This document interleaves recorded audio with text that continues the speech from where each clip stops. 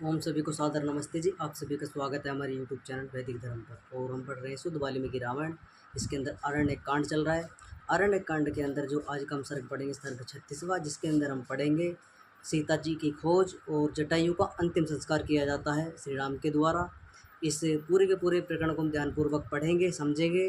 और पूर्वी कक्षा में हमने जैसे पढ़ा था कि आश्रम की ओर लौटा जाता है। आश्रम में जाकर देखा जाता है कि वहाँ पर जो है सीता जी नहीं मिलती। खोजबीन की जाती है, व्याकुल हो जाते हैं श्री राम और विलाप करने लगते हैं कि भाई किस प्रकार से कहाँ चली गई है, क्या आशंका या अनहोनी की आशंका लगाते हैं कि क्या दुर्घटना घट चुकी है, क्या हो चुका है। तो इस प्रकार की संभावनाएं जो है उनके द्वारा लगाई जाती है और कुछ प्रतीक्षा भी उनके द्वारा की जाती है। इधर उधर जो आश्रम बनाया हुआ था उनका पंचवटी में, उस पंचवटी के आसपास के क्षेत्र में ढूंढा जाता है।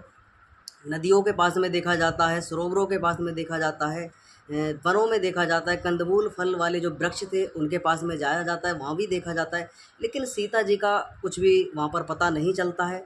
तो आज हम आगे की जो यात्रा थी वहाँ की आगे जो यात्रा बढ़ती है, आगे चलते हैं वो तो आगे दक्षिण दिशा की ओर प्रस्थान करते हैं। तो वहाँ पर चलते चलते जो आगे का विवरण है उस पूरे के पूरे प्रकरण को हम ध्यानपूर्वक समझने का प्रयास करेंगे, समझेंगे। तो जितने भी लोग चैनल से जुड़े हुए हैं, चैनल पर नए भी हैं, बार बार उनसे विनम्र निवेदन है कि ज़्यादा से ज़्यादा चैनल को सब्सक्राइब करें, वीडियो को लाइक करें। कोई शंका है कमेंट बॉक्स में आप अपने प्रश्नों को जो है लिख सकते हैं। कोई आप हमारे टेलीग्राम आदि, इंस्टाग्राम या ट्विटर आदि से भी, जिसको एक्स बोला जाता है, उससे भी जुड़ सकते हैं। आप अपनी शंकाओं का समाधान जो है पूछ सकते हैं। उस पर ज़्यादा से ज़्यादा सोशल मीडिया से आप हमारे जुड़िए और हम जो वास्तविक चरित्र श्री राम का है उसे बताने का प्रयत्न कर रहे हैं, प्रयास कर रहे हैं कि लोगों तक पहुँचे वो। कारण यही है क्योंकि लोगों के द्वारा श्री राम के चरित्र को जो है दूषित कर दिया गया है, उसे दूषित तरीके से बताया जाता है। कहानी मात्र चमत्कार, जादू, अवतार आदि से जोड़ दिया गया है और तमाम तरह के नाना प्रकार की जो है काल्पनिक घटना उनके जीवन से जोड़ दी गई हैं, जिनका श्री राम के जीवन से कोई लेना देना नहीं है। तो यही ऋषि दंड का जो उद्देश्य है, आर्य समाज का उद्देश्य वह यही है कि भी हमारे महापुरुष, हमारे जो महापुरुष हैं उनका वास्तविक चरित्र, हमारे सनातन वैदिक परंपरा को मानने वाले जो लोग हैं और भी अन्य मतमतांतरों के अंदर जो भ्रांतियाँ बनी हुई है, जो प्रक्षेप करते हैं, गलत मिथ्या धारणाएं बनाते हैं, हमारा कन्वर्जन करने का कार्य करते हैं, मतांतरण करने का कार्य करते हैं, हमारे महापुरुषों पर जो चरित्र पर कलंक लगाने का कार्य करते हैं, विधर्मी बनाते हैं। कोई ईसाई बनाता है, कोई मुसलमान बनाता है, कोई कुछ बनाता है। यानी कि श्री राम के, श्री कृष्ण के जीवन चरित्र को लेकर दूषित वाला जो जीवन चरित्र उनके पौराणिक पंडित पुजारियों के द्वारा या मनगढ़ंत विधर्मियों के द्वारा जो मिलावट कर दी गई है शास्त्रों के साथ में, उस गालमेल को वो पढ़ाते हैं, लोगों को बताते हैं और कन्वर्जन करते हैं। जो सॉफ्ट माइंड है यानी फ्रेश माइंड वाले जो बालक हैं, युवती हैं, युवक हैं या नौजवान साथी हैं या जो एजिड भी हो चुके हैं, उनको भी अपने इतिहास से कोई लेना देना नहीं है और ना उनको पता है कि वास्तव में श्री रामचंद्र जी का जीवन क्या था, कैसा था और क्यों हमें पढ़ना चाहिए, क्यों हमें अपनी संस्कृति, अपने सनातन संस्कृति को जानना चाहिए, अपनी संतति को बताना चाहिए, ताकि वो भविष्य में आने वाले खतरे को भांप सके, उससे बच सके, अपना आने वाली पीढ़ियों को सचेत कर सके, अपने भी सुरक्षा कर सके। तो हमें इसलिए अपने पूर्वजों का चरित्र पढ़ाना पड़ रहा है, पढ़ना पड़ेगा। नहीं पढ़ोगे तो कंडीशन वो बनती जा रही है भविष्य के अंदर कि आने वाले संतति जो तुम्हारी होगी, ना उनको राम का नाम पता होगा, ना कृष्ण का नाम पता होगा कि कृष्ण थे कौन, राम कौन थे।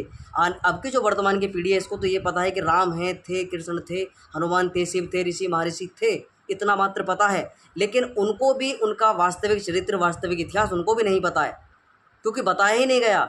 मनगढ़ंत कल्पनाएं जो लोगों को एक आनंद देती हैं, एक मनोरंजन करती हैं, वे कहानी गपोड़े मात्र ही उनको बताए गए हैं, उन्हीं को रटते हैं, उन्हीं का सहारा लेकर लोग जो है विधर्मी लोग आक्षेप करते हैं कि भाई तुम्हारे राम जो हैं शूद्रों पर अत्याचार करते थे और अपने गर्भवती स्त्री अपनी पत्नी सीता का त्याग कर दिया था और अपनी पत्नी के तलाश में जो है रोते रोते फिरते थे। तो इस प्रकार का जो अपने और क्यों प्रक्षेप लगाते हैं, क्योंकि लोगों ने जो है ना उनको अवतार घोषित कर रखा है।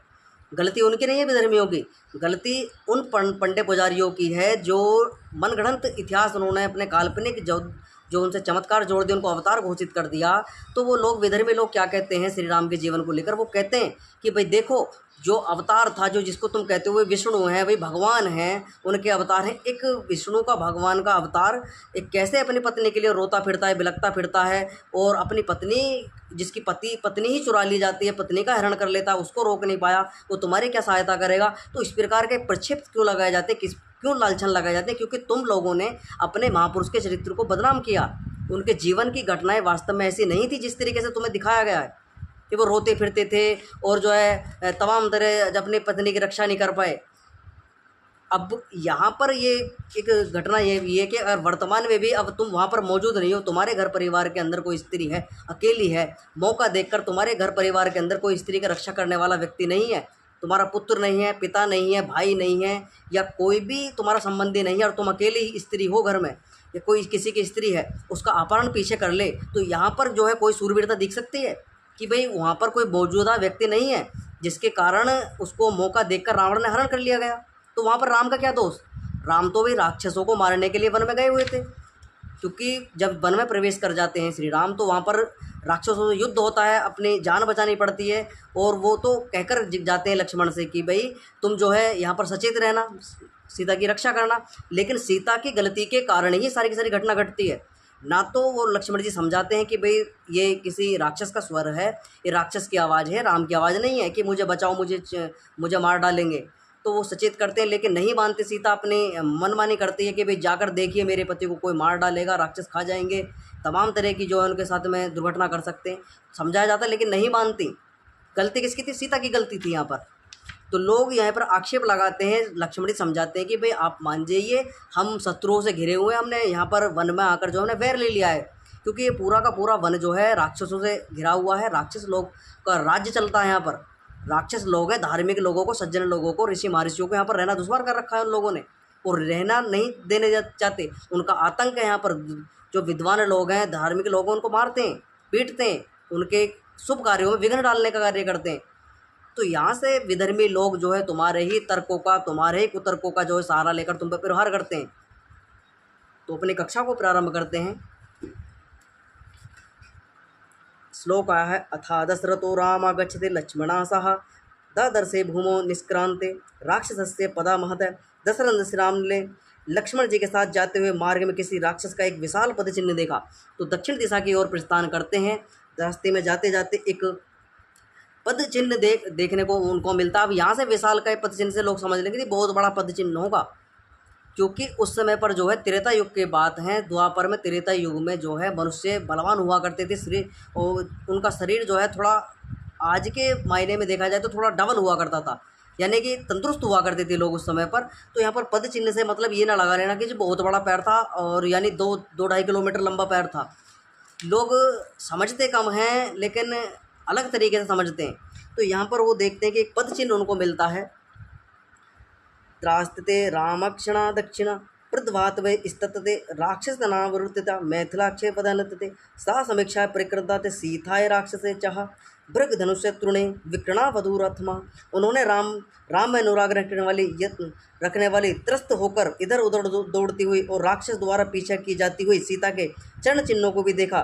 सीता और राक्षस के पद चिन्हों को देखते हुए आगे चलकर राम ने टूटे हुए धनुष, तरकस और रथ को भी देखा।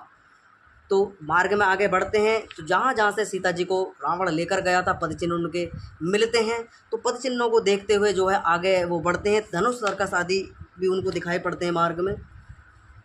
संभ्रांते हृदयो रामा संसदा भ्रातरे प्रिया में पश्य लक्ष्मणा वेदाय श्रीणा कनक बिंदुआ। इन सबको देखकर श्री राम ने उद्ग्र होकर अपने प्रिय भ्राता लक्ष्मण से कहा, हे लक्ष्मण, देखो ये सीता जी के सोने के घुंघरू जहाँ तहाँ पड़े हैं। ध्यान्य पतिते सौम्य काश्य भृग महात्मना वीर्ण्य पतिते भूमो कवच काश्य कंचनमा। हे सौम्य, टूटकर पृथ्वी पर पड़ा हुआ ये धनुष किसका है, और ये सोने का कवच किसका टूटा पड़ा है। काश्य में विदिते बाणा प्रकृणा घोर कर्मणा सरावरोसरे पूर्ण विध्वस्तितो पश्ये लक्ष्मणा। ये टूटे हुए भयंकर बाण किसके हैं। हे लक्ष्मण, देखो बाणों से भरे हुए ये दोनों तरकस किसके पड़े हुए। तो मार्ग में आगे बढ़ते हैं, वहाँ देखते हैं कि सीता जी के जो आभूषण उनके द्वारा पहने गए थे, घुंघरू आदि वहाँ पर पाए लोग उनके मिलते हैं पड़े हुए। और आगे बढ़ते हैं तो वहाँ पर धनुष, तरकस आदि भी जो युद्ध जो है जटायु के साथ में होता है, वो तरकस आदि भी वहाँ पर, उसका कवच आदि भी टूटा वहाँ पर पड़ा हुआ उनको दिखाई देता है मार्ग में। कस्य में भीते बाणे प्रकीर्णा घोर कर्मणा सरावरसरे पूर्णा विदस्ततो पक्षी लक्ष्मणा। अगला श्लोक है, तथा पर्वते कुटुंब महाभाग द्विजोत्तमा दद दर्शा पतितमा भूमो छत्र जार्द दे जटायु स्मा। थोड़ा और आगे जाने पर श्री राम ने विशाल काय महाभाग दी जातियों में श्रेष्ठ रक्त से सने हुए भूमि पर पड़े हुए जटायु को देखा। तो यहाँ पर जो लोग ये बार बार आक्षेप लगाते हैं, बार बार मैं अपने प्रकरण को क्यों इसमें जो है त्रुटि को शुद्ध करने का कार्य कर रहा हूँ, क्योंकि इसमें जो है जो सत्यता वाल्मीकि रामायण के अंदर दिखाई गई है वही सत्यता मैं आपको बता रहा हूँ। द्विज कहा गया है, द्विज कहते हैं जो श्रेष्ठ है, चरित्रवान है, विद्वान है। द्विज कहा जाता है ब्राह्मण को, क्षत्रिय को और वैश्य को, तो ये द्विज कहे जाते हैं। तो यहाँ पर जो है जो क्षत्रिय द्विज, क्षत्रिय श्रेष्ठ जो वृद्धराज जटायु थे उनको खून से लथपथ, रक्त से सना हुआ देखा जाता है, घायल अवस्था में पड़े हुए हैं।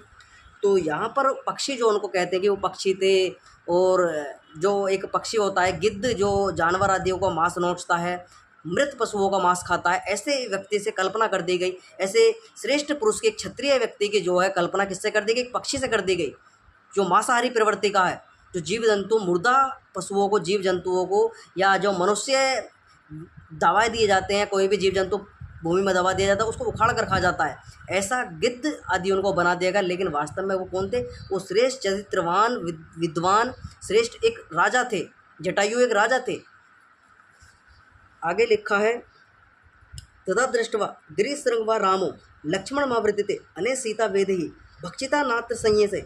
उस विशालकाय तपस्वी जटायु को देखकर श्री राम ने लक्ष्मण से कहा, अब इस बात में कोई संदेह नहीं कि इसी ने सीता का भक्षण किया है। तो आशंका लगाते हैं कि भाई यही व्यक्ति यहाँ पर दिखाई देता है, इसके सिवा कोई दिखाई नहीं देता। हो सकता है इसने सीता जी का जो है मृत्यु कर दिया, उनको मार डाला हो। तो यहाँ पर आशंका लगाई जाती है। गृद्ध मुपदे राक्षसो वेदत ब्रह्मति कानने एवं वदते दीप्ता दौर्वे वारणे जहागे। तपस्वी के रूप में यह राक्षस ही है जो इस वन में घूम रहा है, अतः अब मैं सीधे चलने वाले दिव्यमान बाणों से इसका वध करूंगा। तो आशंका लगाते हैं कि भाई हम तो इसे विद्वान समझ रहे थे और हम तो सोच रहे थे कि तपस्वी है, लेकिन वो सोचते हैं, यहाँ पर आशंका लगाई जा रही है, पूरे अभी संतुष्ट नहीं है दोनों भाई जो हैं कि ये वास्तव में जो है इसी के द्वारा कृत्य किया गया है या कोई दूसरा व्यक्ति है। तो अगला श्लोक है इत्तु मुक्तत्वा भव्य तर्गृदता सनद्य धनुष श्रोमा कृदो राम समुद्रांतते काम्यत मेदिनमा। यह कहकर अपने धनुष पर छुर नामक बाण को छोड़कर समुद्र पर्यंत पृथ्वी की कांप्यमान करते हुए क्रुद्ध राम जटायु को देखने के लिए आगे बढ़े। ता दीन दिनाया वाचा संपेना रुद्रा वमना अव्यवास्ते पक्षी तो राम दशरथ आत्मजमा।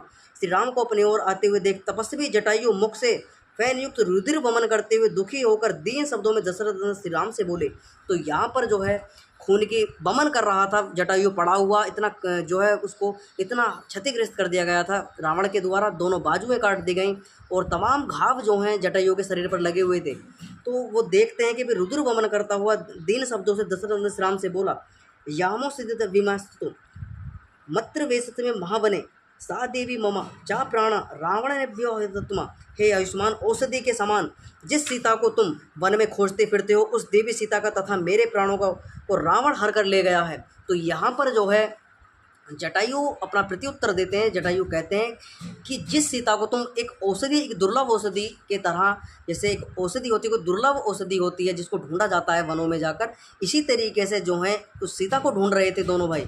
तो यहाँ पर वो कहते हैं कि मेरे प्राणों को हर कर और मेरे को घायल कर कर आपकी सीता को जो है हरण कर कर रावण ले गया है। तब्य विहिता देवी लक्ष्मणाचार राघवा हेयामणा माया दृष्टवा रावणे बलियस्ता। हे राम, आपके और लक्ष्मण की अनुपस्थिति में मैंने आपके सूने आश्रम से सीता का अपहरण करके ले जाते हुए महाबली रावण को मैंने देखा है। तो वो बताता है कि जब आप दोनों मौजूद नहीं थे आश्रम के अंदर, तो अकेला मौका देखते हुए रावण जो है अपने बल पराक्रम से जो है सीता का हरण कर कर जो है ले जाता है और उसको ले जाते हुए मैंने देखा है। सीता महाभद्रमो रावण क्षणे मया रणे मया विध्वंस स्त्रातते पतितो रणे तले। हे राम, संकट में पड़ी हुई सीता को की रक्षा के लिए मैंने रावण का सामना किया और उससे युद्ध करके उसके रथ को तोड़कर भूमि पर गिरा दिया। तो देख रहे हो जटायु कौन पक्षी भाई साहब, किस मनुष्य क्या लेना देना, कौन पक्षी जो है जो मांसाहारी प्रवृत्ति का है वह क्यों किसी स्त्री की रक्षा करेगा। वो पक्षी स्वयं अपने आप रक्षा कर ले, जिसकी जो है कल्पना कर दी गई है, उसके मनगढ़ंत कहानी जोड़ दी गई है। अब कौन व्यक्ति भाई साहब वार्तालाप कर सकता है, राम को प्रत्युत्तर दे सकता है, उनको बता सकता है कि भाई साहब मैंने जाते हुए सीता को देखा है और मैंने युद्ध भी किया, आपकी पत्नी को रक्षा करने के लिए, बचाने के लिए मैंने प्रयत्न किया, जिसके कारण भाई साहब मैं क्षतिग्रस्त हो चुका हूँ, मेरे बाजुएं काट दी गई हैं, मैं लहूलून हुआ पड़ा हूँ, बमन कर रहा हूँ, खून की उल्टियाँ हो रही हैं मुझे। कौन भाई साहब बताए, कौन पक्षी ऐसा बताएगा? ये बुद्धि वाली बात है। तुम बुद्धियों का प्रयोग नहीं करते। इस परमपिता परमात्मा ने जो बुद्धि का तुम बुद्धि दी है, इस बुद्धि का प्रयोग करिए। समझिए कि हमारे महापुरुषों के साथ में, रामायण के महाभारत के अंदर जो पात्र हैं, उनके चरित्रों के साथ में कैसा दोहन किया गया, उनके चरित्रों को कैसे बदनाम किया गया, उनको कभी किसी से पक्षी से जोड़ दिया गया, किसी को सांप से जोड़ दिया गया, किसी को मछली से जोड़ दिया गया, किसी को किसी से जोड़ दिया गया, तमाम तरह के जीव जंतु से ही जोड़ कर देख रहे हो मनुष्यों को। तो यहाँ पर जो है वो कहते हैं कि देखो, तोड़कर भूमि पर गिरा दिया, जिस रथ से लेकर जा रहा था, वो रथ से युद्ध हुआ, और रथ को भी जो तोड़कर ये टूटा हुआ रथ जो दिखाई दे रहा है, ये भी रावण का ही है। ये रावण का रथ है, जिसमें चढ़कर जो है रावण युद्ध कर रहा था। एकता दशे धनुर्भ्रगमा तिदस्य श्रावर्णमा परिस्तंत से वे पक्षवो चिदित खड़ग्ने रावण सीता माधमे वेद ही मनुत्पात विहासमा रक्षसा नीति पूर्व महा हंतु ब्रह्मा। ये उसका टूटा हुआ धनुष पड़ा है और ये उसके श्रेष्ठ बाण है। हे राम, जब मैं युद्ध करते करते थक गया, तब रावण ने अपनी तलवार से मेरे कंधों को काट डाला और सीता को लेकर आकाश मार्ग से चला गया। मैं तो पहले ही राक्षस का मारा हूँ, अब आप मुझे मारने योग्य नहीं, मैं आपके मारने योग्य बचा नहीं हूँ, मैं तो पहले ही मरा पड़ा हूँ। तो यहाँ तक की जो यात्रा, यानी जहाँ तक जटायु से युद्ध होता है, वहाँ से आश्रम से जब सीता का अपहरण किया जाता है, तो रावण जो है वहाँ तक की यात्रा रथ में करता है।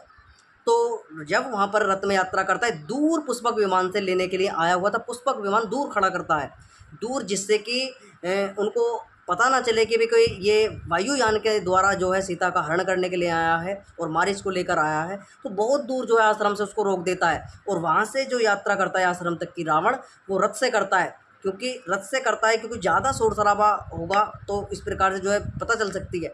तो इस प्रकार से जो है देखते हुए रावण जो है आश्रम में उनको सीता का हरण करके वापस लौटता है। मार्ग में सीता को जो है जटायु मिलता है, रक्षार्थ की याचना की जाती है, रक्षा करता भी है जटायु, लेकिन जितना भाई उसका सामर्थ्य था, जितना उसका बल था, पराक्रम था, उतना जो है उसने अपना योगदान दिया, अपने कर्म को, अपने धर्म को समझा। उसने अपना वहाँ पर जो है महत्वपूर्ण योगदान जो है सीता को बचाने में दिया, लेकिन मजबूरन उसको विवश होगा, बुजुर्ग हो चुका था, और रावण जो है थोड़ा युवा अवस्था में था, क्योंकि दशरथ का मित्र था जटायु, गृधराज जटायु, और वहाँ पर दशरथ की आयु देख सकते हो, और यहाँ से दशरथ की आयु से अंदाज़ा लगा सकते हो कि गृधराज जटायु का शरीर कैसा होगा। भाई साहब, एक वृद्ध व्यक्ति जो है, जटायु रावण से युद्ध करता है, एक वृद्ध होकर जो है स्त्री की रक्षा करने के लिए अपने प्राणों को न्यौछावर कर देता है। अब देख सकते हो, अगर वो युवा होता तो शायद जो है सीता का हरण करते हुए रावण नहीं ले जाता, वो पूरा युद्ध उससे लड़ते, लेकिन शरीर जर्जर अवस्था में था, जीवन संन्यास का बिता रहे थे, वनों में अपने लास्ट स्टेज पर थे, अपने परमपिता परमात्मा के सानिध्य में वनवास को जो है, वनवास के अंदर अपने जीवन यापन कर रहे थे। तो यहाँ पर जो है लिखा है आगे, तो वो बताते हैं कि राक्षस का मारा हुआ हूँ, आप मुझे आपके मारने योग्य नहीं बचा हूँ मैं। रामस्ते तु विज्ञा से वासपूर्ण मुखस्तदा द्विगुणे कृता ताप्रतते सीता सता प्रियकत्मः गृधराज प्रविध्वज प्रत्यज्य महाधनु निपातवसो भूमो रुद्र सा लक्ष्मणा। जटायु से प्राण प्रिय सीता का वृतांत सुन और उनकी दीनहीन दशा को देखकर श्री राम का मुख आंसुओं से पूर्ण हो गया और उनका संताप द्विगुण हो गया। उन्होंने अपने धनुष को फेंककर जटायु को हृदय से लगा लिया। वे विवश होकर पृथ्वी पर गिर पड़े और लक्ष्मण सहित फूट फूट कर रोने लगे। तो यहाँ पर देखिए, कहाँ पहले वह शंका लगा रहे थे दोनों भाई कि इसने ही मार दिया है, और जब उनको सत्य पता चलता है कि इसने तो हमारे यानी हमारे और स्त्री के लिए, एक स्त्री धर्म को जानते हुए अपने प्राणों की आहुति देने के लिए इसने कितना संघर्ष किया, और वो दोनों जो हैं उसका कृतज्ञता करते हुए, हाथ जोड़ते हुए, नमन करते हुए, उनको सत्कार करते हुए, आलिंगन करते हुए, गले से लगाते हुए फूट फूट कर दोनों भाई जो है रोने लगते हैं। तो यहाँ पर देखने को मिलता है कि एक विद्वान, एक जो है किस प्रकार की मानवता यहाँ पर देखने को मिलती है कि मानवता वास्तव में क्या है। तो दोनों भाई विलाप करते हैं कि बहुत गलत हुआ। आगे लिखा, अगला श्लोक है, राजते भ्रंश तो वने वास सीता नष्टो जिते दिजो हते इत दृश्य माम लक्ष्मी निर्दवे पावाकमः, रोते रोते वे कहने लगे, मैं राज्य से वियुक्त हूँ गया, वन में वास कर रहा हूँ, सीता का अपहरण हो गया है, मेरे ही कारण तपस्वी जटायु भी मृत्यु को प्राप्त हो गया है। ये सब मेरे खोटे भाग्य का ही परिणाम है। इस प्रकार का भाग्य अग्नि को भी भस्म कर सकता है। संपूर्ण में भी चेदहा प्रत्यय महोदध में संपूर्ण नूना माम लक्षभ्य विशुस्तपतिः। मैं अपने भाग्य के संबंध में कहता हूँ कि यदि आज मैं संताप शांति के लिए समुद्र में भी कूदूँ तो वह भी खोटे भाग्य के कारण सूख जाएगा। नस्तते भाग्यत्रो लोके मतो सिमना सराचरोचरे येरण्य मति प्राप्तते मया वैसनो वनाग्रह। हे भाई, इस चराचर जगत में मुझसे बढ़कर मुझे लगा ही नहीं देता कि मैं जो है मेरे ऊपर जो है इतनी विपत्ति आ चुके हैं। भाई साहब, मैं अपना आपको अभागा महसूस कर रहा हूँ। यहाँ पर श्री राम कहते हैं कि पहले पिताजी की मृत्यु हो गई, हमको घर से जो है महल आदि त्यागने पड़े, अब वन में आए तो भाई साहब सीता का हरण हो गया, और एक और पाप जो है यहाँ पर हो चुका है। भाई यहाँ पर जटायु की मृत्यु हो गई थी, यानी कि मेरे पे तो दुखों का पहाड़ ही टूट पड़ा है, एक प्रकार से जो राम कहते हैं। अथ प्रतभ्यसो मैं गृधराजो जनतत्वे सेता विनतो भूमि मम भाग्य व्रतते। देखो मेरे पूज्य पिताजी के परम मित्र, तो यहाँ पर देखो एक क्या कह रहे हैं श्री राम, मेरे पूज्य पिता के परम मित्र यह वृद्ध तपस्वी जटायु मेरे भाग्य के विपरीत होने के कारण आहत होकर पृथ्वी पर पड़ा है। तो समझ में आया होगा कि श्री राम के पिता दशरथ का मित्र था जटायु। जो लोग पक्षी बताते हैं, पक्षी जो है भाई साहब किसका पक्षी कहते हैं, विद्वान को, चरित्रवान को, धर्मात्मा को पक्षी कहा जाता है। पक्षी का अर्थ ये जीव जंतु वाले जो ये कीट पतंग आदि नहीं होते हैं।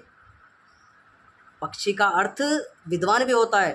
तो ये व्याकरण और निरुक्त के आधार पर सिद्ध किया गया है कि पक्षी जो है ये विद्वान व्यक्ति के लिए यूज किया जाता है। तो उस समय पर धर्मात्मा थे, क्षत्रिय थे जटायु, उनको पक्षी कहा जाता, तो लोग उनकी बात को मानते थे। उनका पक्ष जो है हर समय लोग लेते थे, उनका पक्ष जो है मजबूत रहा करता था, क्योंकि वे धार्मिक थे, क्षत्रिय थे। और राजा का उत्तरदायित्व बनता है कि संपूर्ण प्रजा को अपने संतान की तरह पालन पोषण करे, उनका रक्षण करे, उनका भक्षण ना करे, उनको अच्छे प्रकार से सुविधाएं दे, उनकी जो है सुविधाओं का ख्याल रखे, उनकी जो है कोई भी अभाव उनके जीवन में ना हो। तो इसलिए उनको विद्वान कहा जाता था, पक्षी कहा जाता था उनको।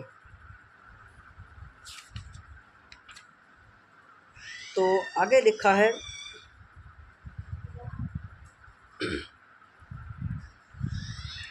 अगला श्लोक आया है, इत्वा मुक्तत्वा बहुसो राघव सा लक्ष्मण जटायु से स्पर्शते रामो वचनम अवर्तिते। इस प्रकार राम और लक्ष्मण ने अनेक प्रकार की बातें करते हुए जटायु को स्पर्श किया। तदंतर राम ने पूछा, जटायु यदि सकृसदो वाक्य विहारतिथि पुनः सीता मख्य में भद्रित वधा मख्य चितामने। हे जटायु, यदि तुमने बोलने की शक्ति हो तो तुम सीता के हरण और अपने वध का संपूर्ण समाचार मुझे पुनः सुनाओ। तो वो दोबारा पूछते हैं कि एक बार पुनः मुझे बताइए कि आपके साथ में क्या घटना घटी और सीता को लेकर आखिर रावण गया कहाँ है। कंत वीर्य कंत रूपा की कर्मचा राक्षसा कचस्य भवते तथा दूरी पर प्रचितते। उस राक्षस का पराक्रम कैसा है, उसकी आकृति कैसी है, वह क्या करता है और कहाँ रहता है। हे तात, मैं जो कुछ पूछ रहा हूँ आप बताइए।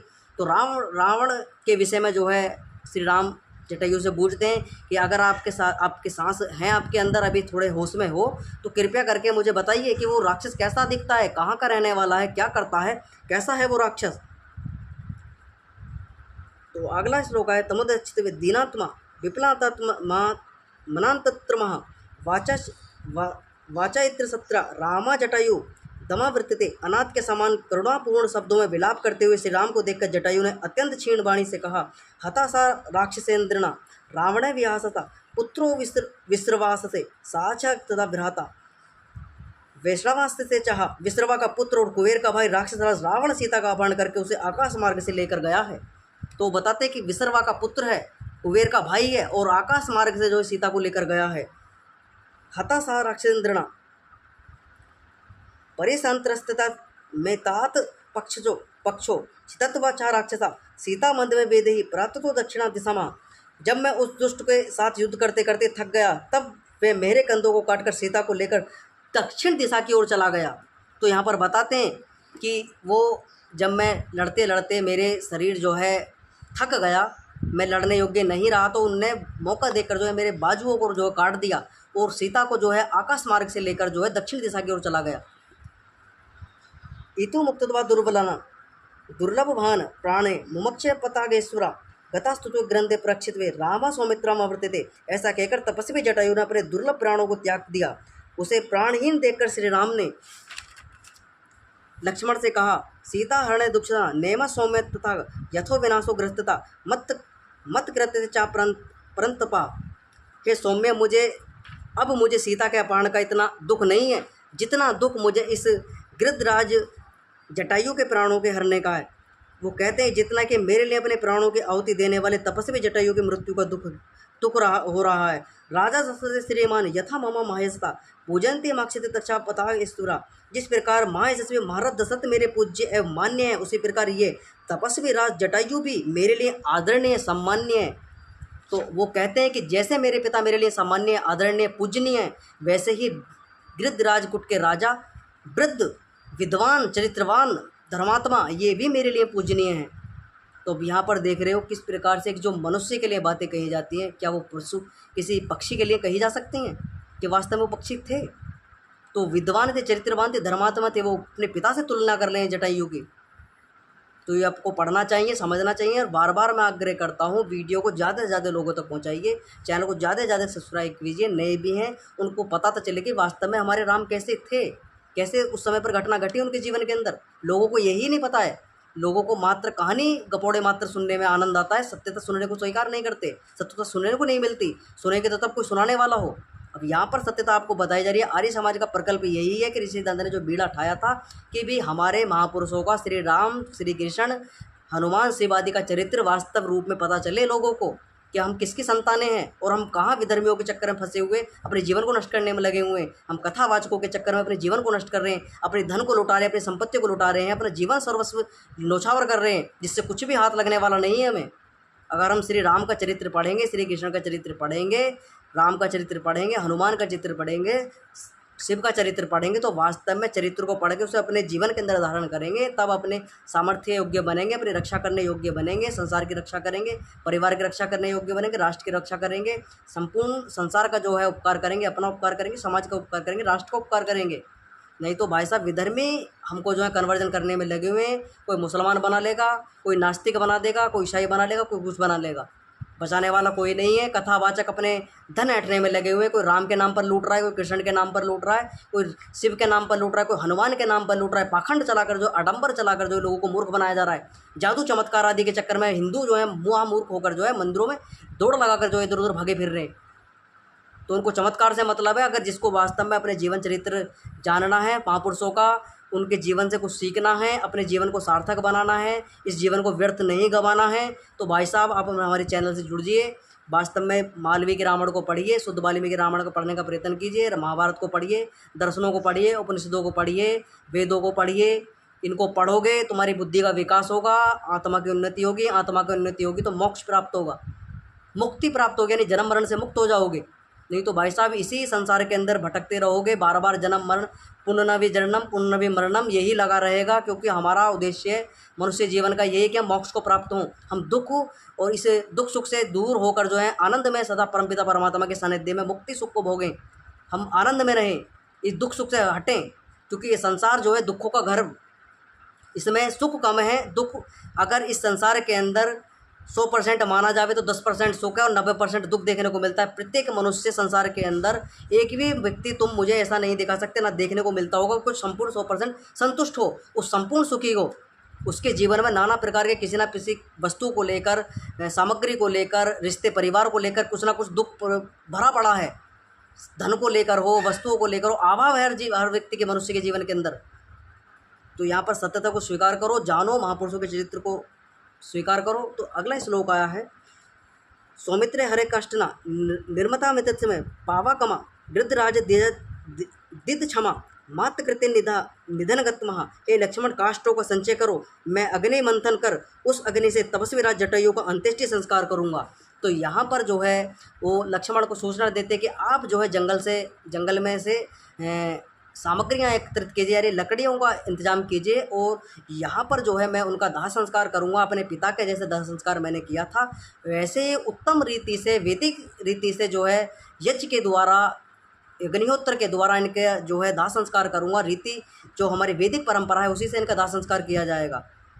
क्योंकि हमारा दायित्व बनता है कि परमपिता परमात्मा के सानिध्य में जो मृत शरीर हैं, जो वैदिक परंपरा है दाह संस्कार की, वह यही है कि जीव यानी मृत शरीर को जमीन में ना गाड़ा जावे, ना देवों में फेंका ना जावे, जीव जंतुओं के खाने के लिए वन में ना छोड़ा जावे, उसका दाह संस्कार कर दिया जावे अग्निहोत्र के द्वारा।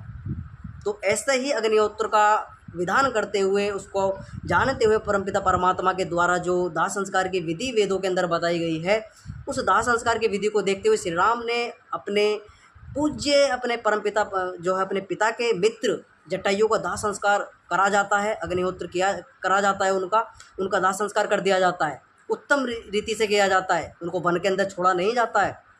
लोग आज नाना प्रकार के मतंत्रों के अंदर गाड़ने की परंपरा बनी हुई कि जो है जब मृत्यु हो जाती है मनुष्य को उसको गाड़ देते हैं ज़मीन में, लेकिन ये परंपरा जो है ये वेद विरुद्ध है, ये दुर्गंध उत्पन्न करती है। ज़मीन जो है, जो भूमि उस भूमि का जो है इतना अतिक्रमण होता है कि उस भूमि के अंदर आसपास जाने रहने वाले लोग भी, जब वहाँ पर दुर्गंध उत्पन्न होती है, वहाँ पर अनेकों प्रकार की बीमारियाँ बढ़ती हैं।